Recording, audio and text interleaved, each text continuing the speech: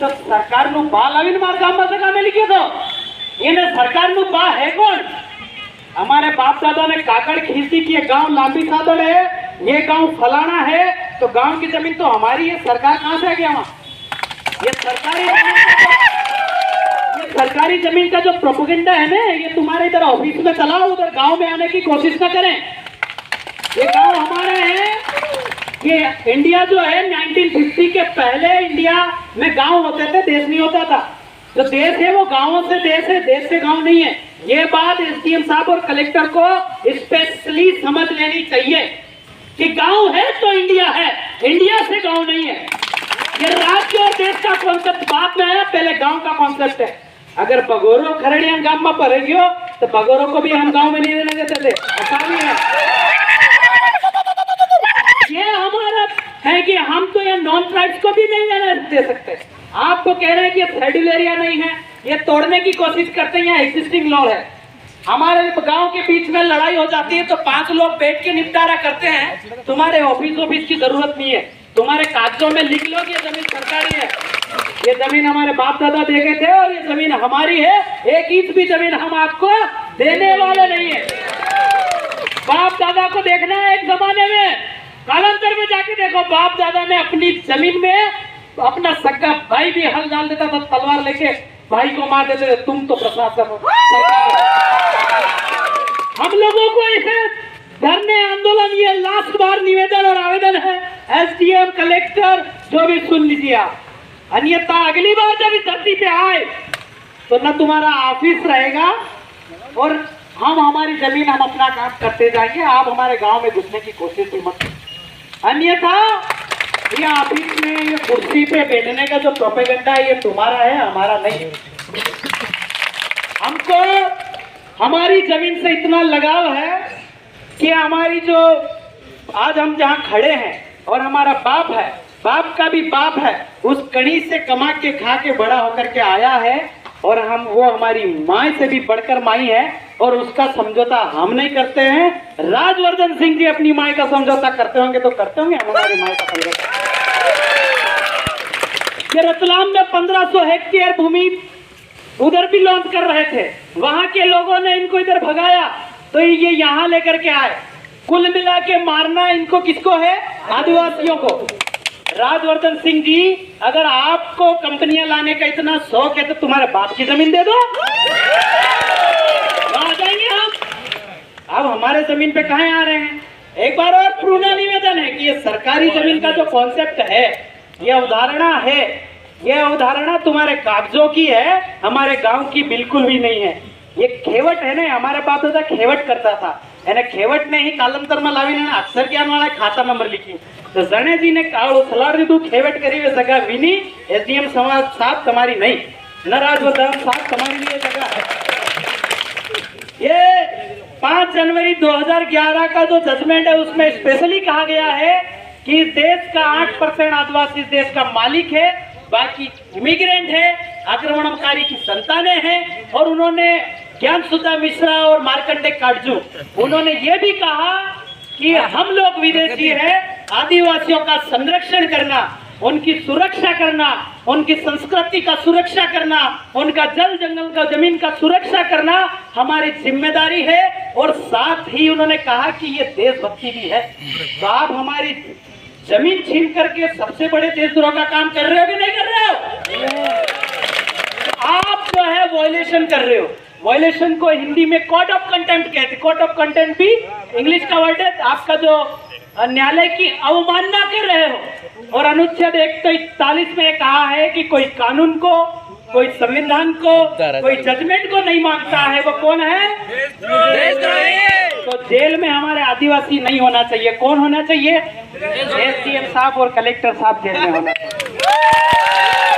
यही बात है कि राजवर्धन सिंह जी गुलाम है, पर एसडीएम साहब, कलेक्टर साहब आप तो नहीं है। आदिवासी आपको नहीं दिखते। जब वोट लेने होते हैं, जब लोकतंत्र चलाना होता है, जब ये आपका आदिवासियों से जब सहायता लेनी होती है तो आदिवासी आदिवासी आदिवासी प्रोजेक्ट करा करते हैं। ये सारे जितने एनजीओ चलाते हैं वो सब आदिवासियों के नाम पे चलाते हैं। और आज आदिवासियों की जो जमीन है वो जमीन जा रही है तो एसडीएम साहब बोल रहे हैं, काउंटर कर सकते, ना काउंटर कर रहे, ना कलेक्टर साहब बोल रहे, ना आपका विधायक। ठीक है, वो कह रहे हमारा खून नहीं है। अगर हमारा खून होता तो यहाँ बैठता, हमारा खून वो नहीं है। आप आदिवासियों से मैं कहना चाहता हूँ कि आप अपने खून को पहचानिए। कालांतर में खून ने खून के लिए लड़ाई लड़ी है, खून के खिलाफ गैरों ने ही लड़ाई लड़ी है। तो आप सब लोग लगभग कितने गांव जा रहे हैं दादा? 15 गांव। एक गांव की कितनी जनसंख्या? 3000। 15 × 3 कितने हो रहे हैं? 45,000। 45,000 जनसंख्या जा रही जो वोटर्स है। बच्चे कहाँ? बकरी वो भी मरेगी, जीव है। कुकड़ी भी मरेगी, वो भी जीव है। हमारे जमीन में आड़े हैं, वो भी जीव है। हमारे डांडे हैं, वो भी जीव है। भैंस है, वो भी जीव है। लगभग 3 लाख जीवों के हत्यारे कौन है? ये लोग हैं। 3 लाख जीवों की हत्या ये लोग करने जा रहे हैं। ये समझ रहे हैं देशभक्ति, और ये तो हमारी हत्या हो रही है। हम लोग वो है कि कुत्ते को भी तू करके समझा देते हो, डांडे को भी आव आव करके समझा देते हो। तुमको इतना भी समझ में नहीं आ रहा? हम आदिवासी जो है हमारी भाषा में हर जानवर को, हर पेड़ को ये समझा देते हैं कि भैया ये प्रकृति है। जैसे कहते हैं कि नीनामा पीपल नहीं काटते हैं, खराड़ी आंबा नहीं काटते हैं, हारी आंबा नहीं काटते हैं, जोड़िया कड़ज मैड़ा कड़ज नहीं काटते हैं। हम हमारे गोत्र में हमारी पर्यावरण की सुरक्षा। बहुत बढ़िया। भील जो है वो मगरमच्छ की मोगर नहीं मारते हैं, गोंड शेर नहीं मारते हैं, नाग जो नाग नहीं मारते हैं। तो हमारी गोत्र और हमारे कुल में ही हमारा पर्यावरण संरक्षण है। तुम कंपनी लाके किस प्रकार का पर्यावरण संरक्षण कर रहे हैं? एक तरफ प्रोजेक्ट बनाते, ये वन विभाग वाला भी जो फर्जी कॉन्सेप्ट है। अरे हमारे बाप दादा ने आयु काकड़ खींच दी थी कि ये काकड़ में यो गांव है, वहां यू वही यो गांव है। तो बस में जंगलात कहाँ आई?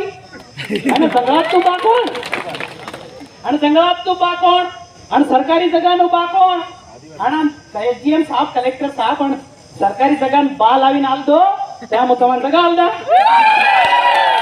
या तुम इन कह दो कि हम पीलान सोरा, या हम पटेल ना सोरा, ये तो मंदिर आल दा।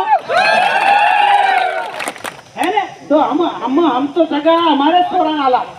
एक बाना 7 सोरा सारी हिस्सा करा। एसडीएम साहब अगर तुम हमारे सोरा 500 हिस्सा कर दो, तो ये सारी जो है समता जजमेंट आया, पी रामारेड्डी जजमेंट आया, सब में ये कहा है कि भैया यहाँ आदिवासी की जमीन बिना किसी गांव को पूछे नहीं ले सकते। तो गांव को क्यों नहीं पूछ रहे? ठीक है, 5वीं अनुसूचित 76 में ये पर एग्जिस्टिंग लॉ तो है, विद्यमान विधि तो है। विद्यमान विधि मतलब 1950 से जैसी विधियां चली आ रही, रूढ़ी प्रथा तो है। तो सारा चीज हमारा विद्यमान है, तो तुमने गांव को क्यों नहीं पूछा? गांव से गांव बड़ा है कि सरकार बड़ी है? ये वोट देने वाले लोग बड़े हैं कि सरकार बड़ी है? कि कैसे लोकतंत्र चला रहे हो? पगला गए हो क्या कुर्सी पे बैठे बैठे? समझ में नहीं आ रहा है। आदिवासियों को मारने की पूरी तरीके से साजिश है। आप लोग 15 गांव जा रहे हैं, ये तो कम है। एक घर से सिर्फ एक आदमी या फिर एक फड़ा में एक आदमी घर पे रहना चाहिए, वो सब संभाल लेगा। एक दिन पूरे के लिए एक गांव, एक घर से, एक फड़े से सब लोग उठ के आ जाना, एक आदमी घर रख के आना, वो टांडा केड़ा सब संभाल लेगा। सब लोग कहाँ आना है? जो जहां अपना टाइम डिसाइड होता है, चारों की संख्या में हमको आना है, क्योंकि जमीन हमारी माई है। जमीन चली जाएगी तो हम कमाने, हम मतलब कालवेलिया टाइप हो जाएगा। ने कह दिया था कि भैया कंपनी वाला आना है, आदिवासियों ने मारवाना है। अभी तो आपको समझ में आ रहा होगा कि ये बारिश भी बार बार क्यों हो रही है। समझ में आ रहा है? ये बार बार कोरोना क्यों आ रहा है? ये बारिश करवा रहे हैं, बूटी लगवा रहे हैं। फिर हो सके तो गेहूं की फसल पकने वाली थी और बारिश हुई, ओले हुए, गेहूं फसल बर्बाद। आपका अभी बारिश हो रही, हो सकता है सावन के महीने में बारिश न हो। आने वाली भूखमरी आने वाली है। ये सब महामारी आदिवासियों को मारने के लिए ला रहे हैं। उनको मालूम है कि आदिवासी सामने आके खड़ा है, आंखों में आंखें डालकर बोलने लगा है। तो हो सकता है दिवाली के बाद से महंगाई इतनी बढ़ जाए, दिवाली के बाद से भूखमरी जैसा माहौल बन जाए, तो हमें उसके लिए भी व्यवस्था कर लेनी चाहिए। अन्यथा 5 किलो अनाज के लिए आदिवासियों को लाइन में खड़ा होकर के मार दिया जाएगा। आप लोगों को समझना होगा इस बात के लिए। ये दर्द है समाज का। अगर गोली मार दे लोग तो मरने को हम तैयार हैं। बस आप लोग पीछे मत हटना, अपनी जमीन के लिए बलिदान देकर जाना। ताकि कहेगी कि हमारे बाप दादा इतने खो कि हमारे लिए जगह बचा के गया था, नहीं था, मोटापा को गाली पड़नी है। तो आप कैसे मोटापा बनना चाहते हो, या आप सोच के जाए जोहर।